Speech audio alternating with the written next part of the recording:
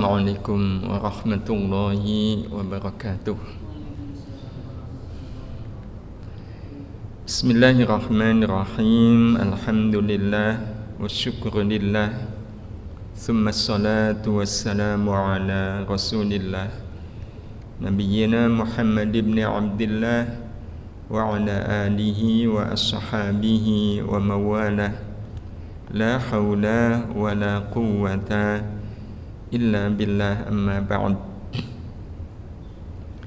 Bapak, Ibu, kaum muslimin muslimah, jamaah asar Masjid Salahuddin yang dirahmati Allah. Tema kajian tazkiyah kita sore hari ini, kita ingin berbincang tentang bagaimana kita menjernihkan akal, membeningkan hati dengan iman. Ini bahasan kita, dan ini sebenarnya auto. Kita katakan auto karena iman itu setidaknya memang memberikan dua pengaruh bagi diri kita.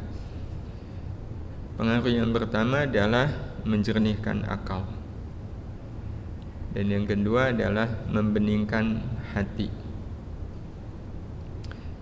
Jadi ini pengaruh iman, sehingga siapapun orangnya yang mengaku beriman, secara otomatis akalnya jernih, hatinya bening. Jadi kalau diibaratkan iman itu telaga, nah akal kita dicelupkan ke dalam telaga bernama iman, itu pasti akalnya akan jernih. Hati dibenamkan ke dalam telaga iman pun pasti akan berubah menjadi bening. Ini pengaruh iman. Sehingga kalau seandainya ada orang mengaku beriman, tapi akalnya belum jernih, hatinya belum bening, berarti akal dan hatinya belum masuk ke dalam iman, belum dibenamkan ke dalam iman. Nah, terus bagaimana caranya agar akal dan hati ini masuk ke dalam iman? Nah, ini yang nanti akan kita bahas. Jadi iman akan membuat akal kita jernih, hati kita menjadi bening. Apa ukuran bahwa akal kita, ya kita sebut kita saja karena semua kita pasti ingin memiliki akal yang jernih, adalah ridha dengan semua kenyataan hidup yang dialami, baik manis maupun pahit. Inilah akal yang jernih. Ridha dengan semua kenyataan hidup yang dialami, baik manis maupun pahit. Ini ketika akal dicelupkan ke dalam iman. Karena ketika akal dicelupkan ke iman, setidaknya akal kita akan punya dua mindset. Mindset yang pertama, akal kita akan berkesimpulan, kan akal itu salah satu yang bisa dilakukan adalah menyimpulkan. Akal itu menyimpulkan. Nah, kesimpulan akal yang jernih, akal yang dicelupkan ke dalam iman pasti ada dua. Yang pertama, tidak ada satupun yang terjadi dalam kehidupan manusia atau terjadi di alam semesta ini kecuali pasti akan terjadi dengan izin Allah. Itu kan iman. Jadi kita selalu berpikir semua ini terjadi atas izin Allah. Tidak akan mungkin sesuatu terjadi dalam hidup kita tanpa izin Allah. Dipuji orang itu nggak mungkin kecuali dengan izin Allah. Dihina orang itu pun tidak mungkin terjadi kecuali dengan izin Allah. Semua kenyataan. Nah, kalau kenyataan itu berarti kejadian. Sekali lagi, kejadian, bukan perbuatan. Perbuatan itu bukan wilayah akal. Jadi kejadian. Dan yang kedua, akal yang sudah tercelup ke dalam iman, ya, berarti akal yang jernih, akan punya pemahaman bahwa apapun yang Allah izinkan terjadi dalam kehidupan kita pasti untuk kebaikan kita. Nah, kalau mindset kita terhadap semua kejadian seperti ini, maka otomatis kita ridha. Atas dasar apa kita nggak ridha dengan kenyataan hidup? Iya, pasti itu akan menjadi kebaikan. Beberapa waktu yang lalu ya, kita baca berita ada pendaki gunung yang dia tersesat naik gunung selamat. Dia terpisah dengan teman-temannya. Ya, teman-temannya sudah turun. Dia terpisah 3 hari. Iya, 3 hari 3 malam dia tertahan di atas gunung selamat. Ya, semua orang mengira beliau sudah meninggal. Ternyata ditemukan masih hidup. Dan apa yang terjadi setelah itu? Ini kan kejadian yang gak enak ya. Tersesat sendirian 3 hari 3 malam, kehujanan, ada ancaman binatang buas segala macam. Ternyata itu justru membawa berkah bagi beliau. Beliau pakai jaket, nah rupanya pas di video itu kelihatan merek jaketnya. Nah, perusahaan pembuat jaket itu kan merasa ini kesempatan, di-endorse kan beliau. Dapat beasiswa sampai selesai kuliah. Jadi apa yang dikira itu sebagai sesuatu yang pahit justru berbuah manis, dan contoh-contoh seperti ini banyak. Hanya saja kebaikannya itu kadang muncul pada saat itu juga, kadang muncul beberapa hari kemudian, atau beberapa pekan, atau beberapa bulan, beberapa tahun. Dan kalaupun tidak di dunia, pasti di akhirat.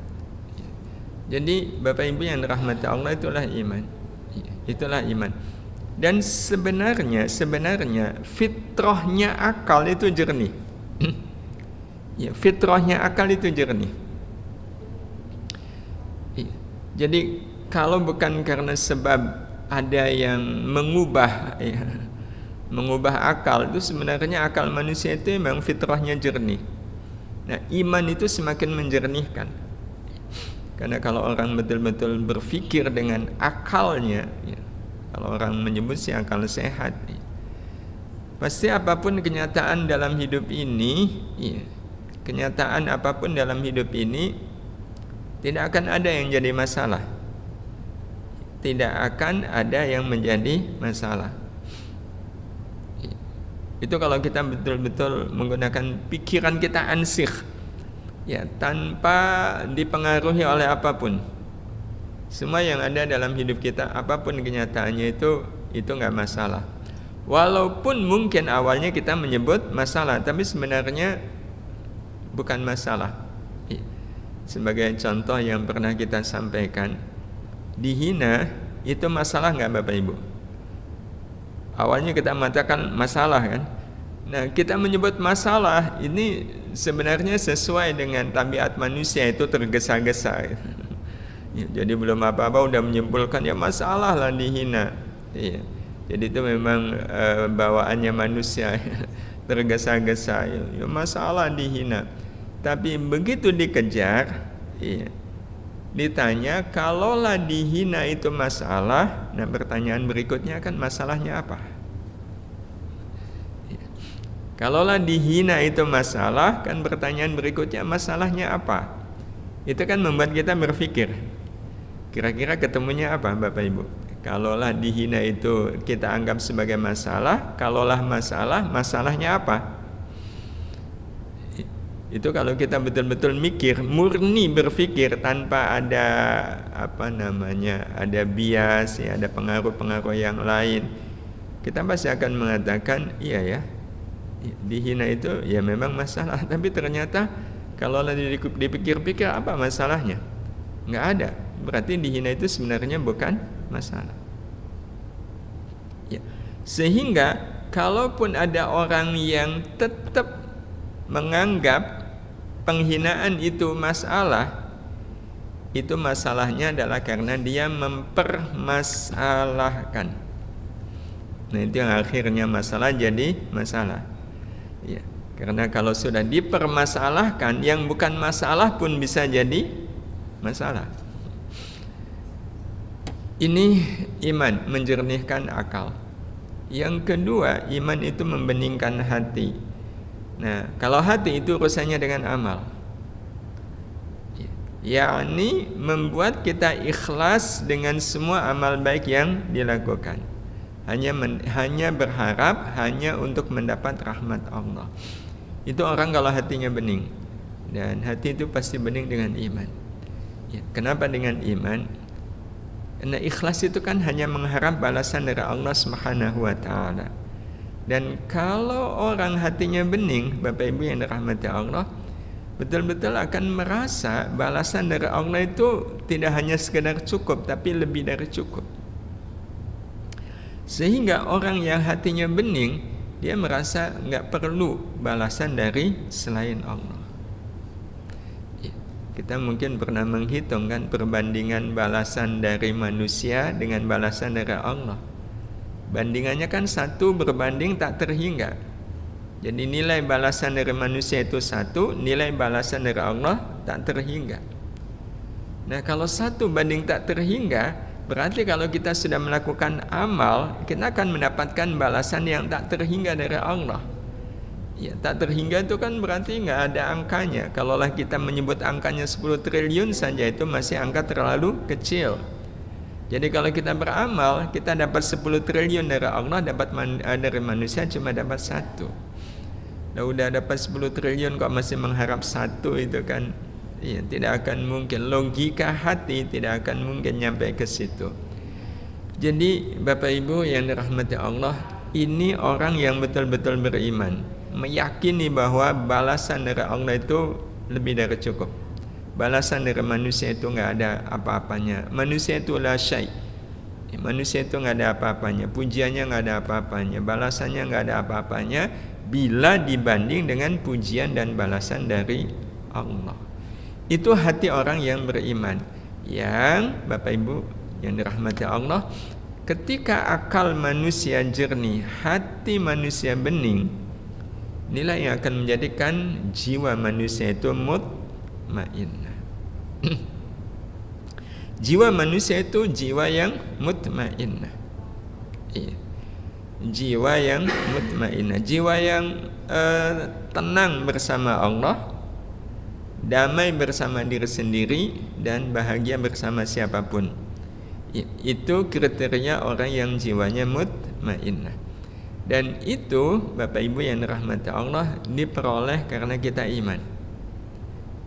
Jadi iman itu akan menjadikan jiwa manusia mutmainnah, dan mutmainnahnya jiwa itu karena akal kita jernih, hati kita bening. Kita menjadi orang yang selalu ridha dengan kenyataan hidup dan ikhlas setiap kali kita beramal. Orang kalau ridha dengan takdir dan ikhlas di dalam beramal, itu akan menjadikan jiwanya jiwa yang mutmainnah. Nah, sehingga Bapak Ibu yang dirahmati Allah, kita bisa katakan bahwa jiwa mutmainnah adalah jiwa yang betul-betul beriman kepada Allah Ta'ala, yang membuat jiwa menemukan dan merasakan keberartian hidup yang sesungguhnya. Apa yang disebut oleh Allah Subhanahu wa taala sebagai hayatan thayyibah. Kehidupan yang dipenuhi dengan kebaikan. Nah, ini kalau kemudian kita kembalikan pada diri kita kan sudah lama beriman ya. Tapi kalau lihat jiwa kita, kira-kira sudah mutmainnah belum Bapak Ibu? Belum. Nah, maka ini otokritik terhadap diri kita sendiri. Mengapa? Ya, mengapa iman belum berarti bagi hidup dan kehidupan kita? Sehingga kadang tidak sedikit ada orang yang dia iman, tapi kalau lihat kehidupannya seperti orang yang tidak beriman. Nah, ini yang ingin kita jawab. Iya. Tapi kalau kemudian kita menelusurinya dari akar masalah, ya, semua memang bermula dari kenyataan hidup. Ya. Hidup kalau kita perhatikan itu kan seperti kepingan puzzle. Hidup itu bagaikan kepingan puzzle. Ya. Kepingannya kan banyak. Ya, dihina orang itu kepingan puzzle tersendiri, dipuji orang, sukses, gagal, sehat, sakit, naik pangkat, pindah rumah. Ya. Semua itu adalah bagian dari puzzle kehidupan yang harus kita susun dengan benar dan tepat. Kan puzzle itu harus diperhatikan bentuknya, kan, tidak cuma asal meletakkan. Diperhatikan juga warnanya, kan, sehingga darinya nanti akan membentuk gambar tersendiri. Nah, kalau kita melihat diri kita, kira-kira kita sudah berapa lama menyusun kepingan puzzle hidup kita? Sudah puluhan tahun, ya. Maka pertanyaannya, sudah berbentuk apa puzzle hidup kita? Jadi kalau kita ditanya bentuk puzzle, ya, kepingan puzzle yang kita susun itu bentuknya bentuk apa, Bapak Ibu? Ya. Sebagian bahkan ada yang puzzle kehidupannya belum berbentuk. Ya. Kalaupun ada bentuknya, itu bentuknya abstrak, nggak jelas. Ya. Jadi dibilang orang baik gitu ya, masih suka ngerenengi orang, ya. Masih suka benci, masih suka mengeluh. Tapi kalau kita dibilang orang buruk, kan ternyata kita masih mau sholat, masih mau ngaji. Sehingga kita seperti orang yang gak jelas. Kita, Bapak Ibu yang dirahmati Allah, setelah sekian lama ya, menyusun kepingan puzzle, hari ini kalau kita disebut sebagai ahli surga, sudah pantas belum, Bapak Ibu? Rasanya kok belum, ya. Masa ahli surga kok masih suka ngeluh, masih suka marah, gitu. Tapi kalau disebut ahli neraka, nggak mau juga kita. Iya. Jadi kadang ini memang memunculkan pertanyaan, mengapa kepingan puzzle hidup kita belum membentuk gambar kehidupan yang jelas tentang diri kita. Ya, kita ini sebenarnya siapa? Ya. Dibilang berwajah malaikat, kok masih ada gambaran iblis setannya gitu. Ya. Nah, ini kenapa? Ternyata Bapak Ibu kalau kita telusuri, kenapanya itu faktornya, kalau dibilang sepele ya sepele, tapi kalau dibilang tidak sepele ya tidak sepele. Persoalannya ternyata adalah karena kita belum menyusun 4 kepingan puzzle yang ini menjadi dasar kita menyusun kepingan-kepingan puzzle yang lain. Jadi belum menyusun 4 kepingan puzzle.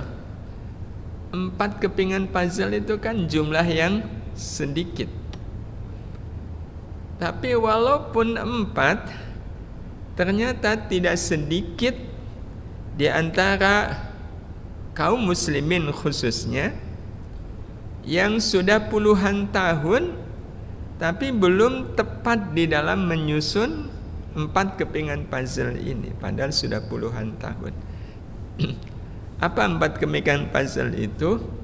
Yakni kepingan puzzle yang terdiri dari huruf I, M, A, N. Iman. Tapi akhirnya betul Bapak Ibu, tidak ada puzzle yang lebih mudah dan lebih sulit untuk disusun melebihi puzzle bernama iman. Dikatakan lebih mudah karena cuma 4 keping. Kalau cuma 4 keping, logikanya butuh berapa lama Bapak Ibu untuk kemudian menyusunnya, kemudian membentuk kata iman? Bagi Bapak Ibu butuh berapa lama? 10 detik? 10 detik kan udah jadi itu. Iya. Lo mau lama-lamanya semenit, tapi semenit juga kelamaan kan. Tapi ini yang kemudian kita lihat faktanya.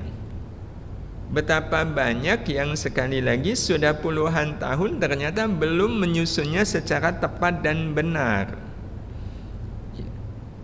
Padahal aturannya sudah jelas. Kalau iman ya berarti I dulu, habis itu M, setelahnya A, dan terakhir N. Tetapi sekali lagi betapa banyak orang-orang yang menyusun puzzle iman ini sudah puluhan tahun, tapi nyusunnya bukan menjadi kata iman, tetapi menjadi kata macam-macam Bapak Ibu. Ada yang ina, mi'an, nima, menai, anim, main. Kok bisa? Ya. Ada nggak Bapak Ibu orang yang mengaku iman, dia bilang saya iman, tapi nggak sholat. Loh kalau iman terus dia nggak sholat, itu iman atau inam? Kalau disebut iman kan nggak nyambung. Masa iman kok nggak sholat, kan kayaknya bukan iman itu.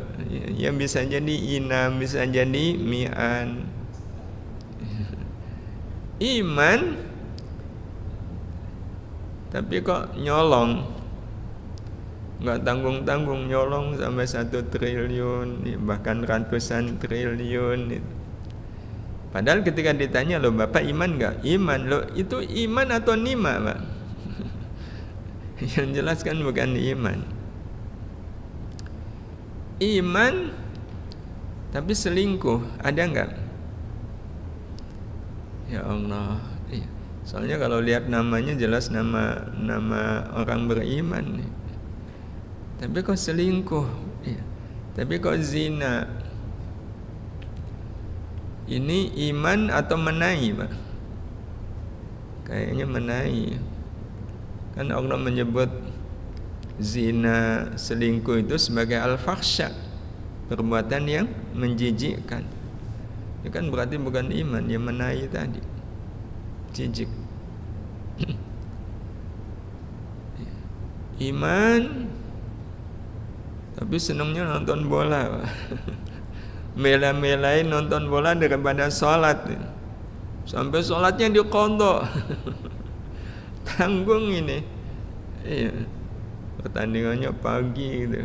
Wah, kalau sholat subuh dulu, ya sampai sholat subuhnya dikodok. Nah ini namanya iman atau main? Betapa banyak orang yang mengaku iman tapi imannya cuma main-main. Nah hadirin hadirah yang dirahmati Allah Subhanahu wa taala, inilah sebenarnya yang menjadi problem. Kenapa iman itu belum memberikan pengaruh? Karena nyusun puzzle imannya itu belum tepat.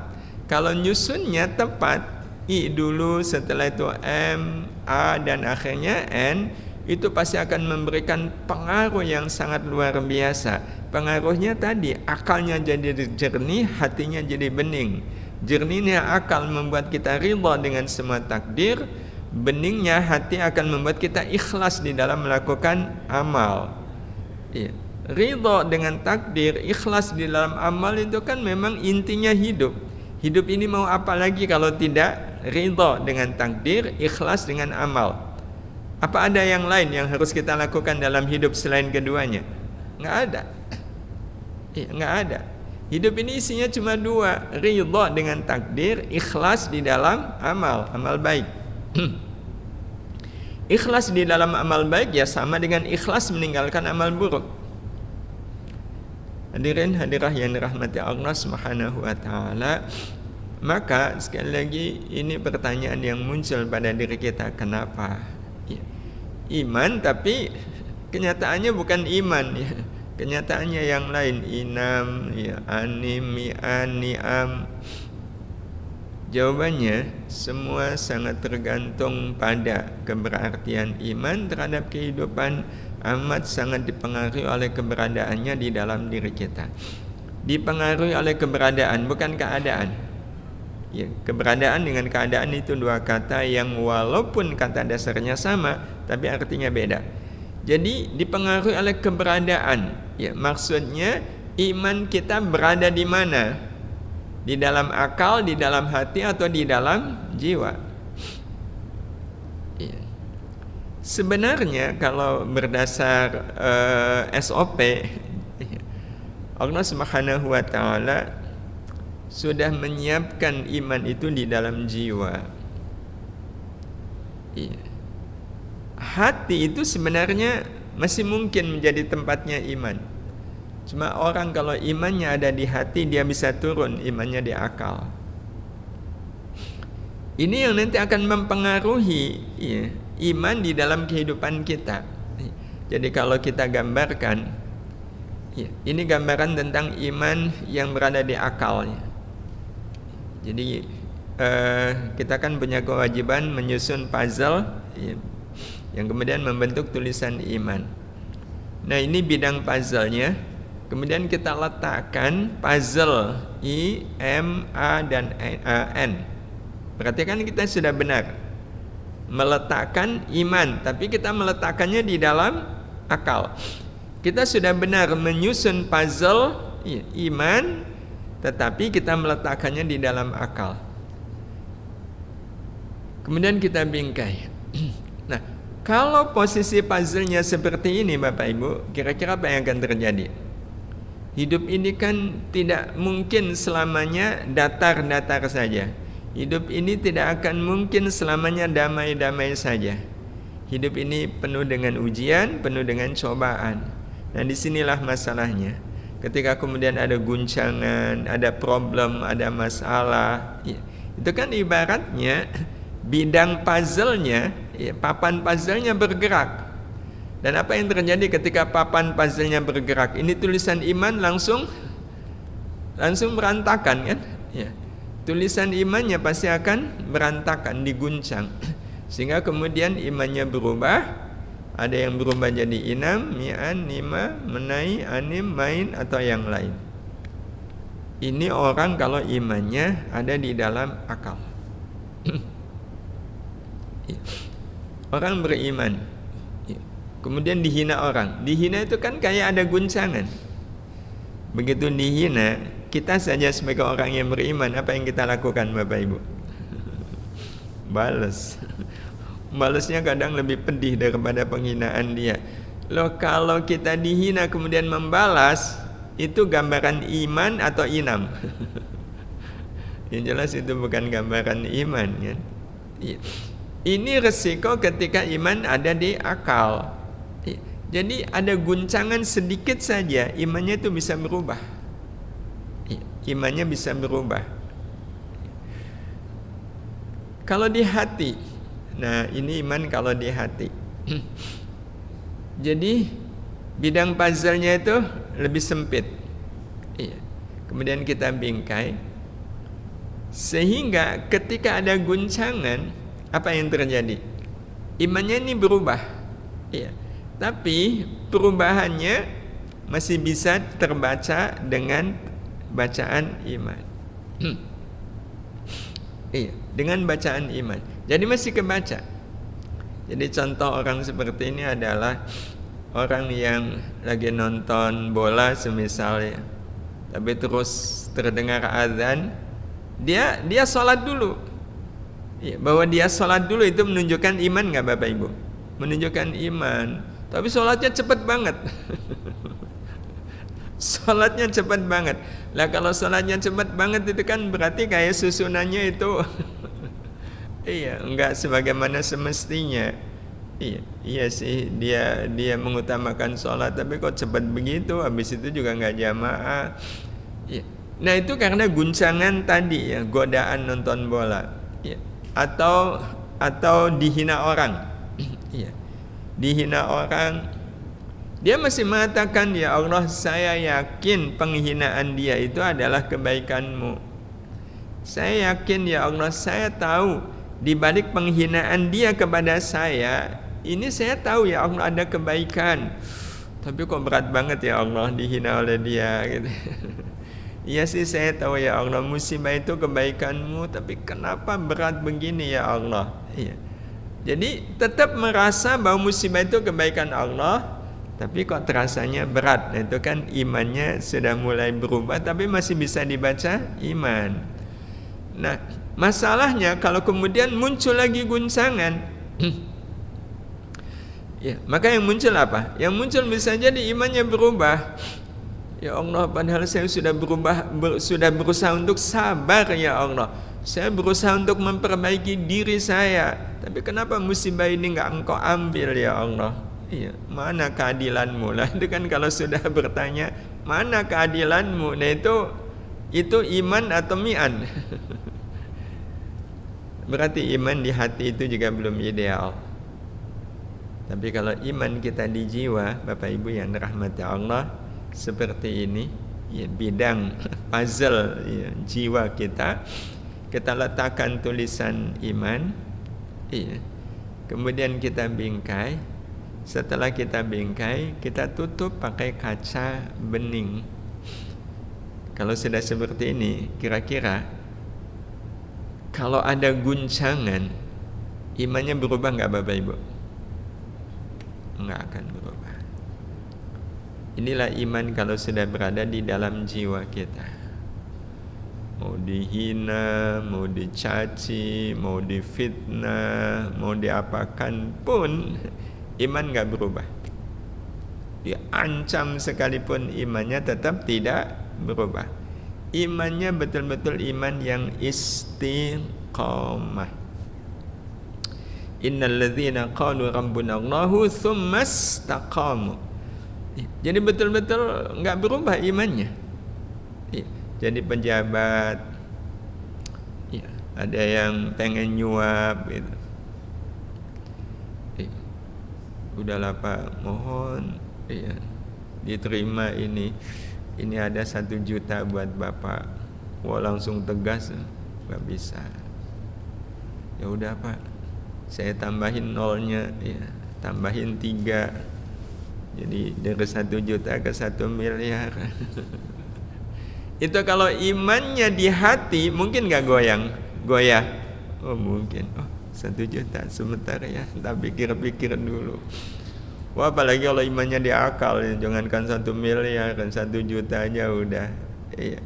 Tapi kalau orang imannya di hati, mau digoda, mau diganggu, mau dibujuk, mau diapakan pun, hatta diancam, nggak ada masalah. Ya silakan aja Anda mengancam, tidak akan mungkin saya berubah.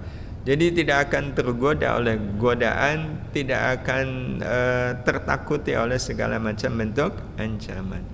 Nah karena itu Bapak Ibu yang dirahmati Allah, semuanya sangat tergantung di manakah iman kita berada, di dalam akal, di dalam hati, atau di dalam jiwa.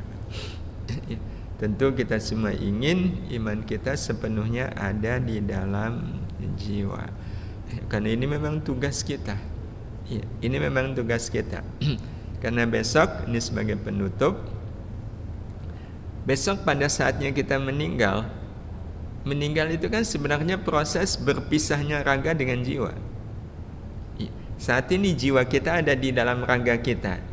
Ini yang menyebabkan raga kita bisa hidup, tangan kita bisa bergerak, ini karena di dalamnya ada jiwa. Ini kan berarti jiwa sedang ditugasi oleh Allah menemani raga menjalani hidup di alam dunia. Akan ada saat di mana jiwa berpisah dengan raga, raga berpisah dengan jiwa.